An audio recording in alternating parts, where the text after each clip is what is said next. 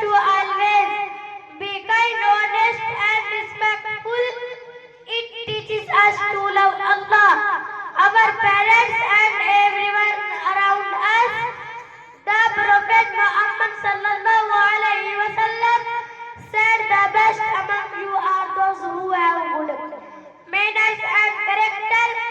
This means that being kind and helpful makes us the best Muslims.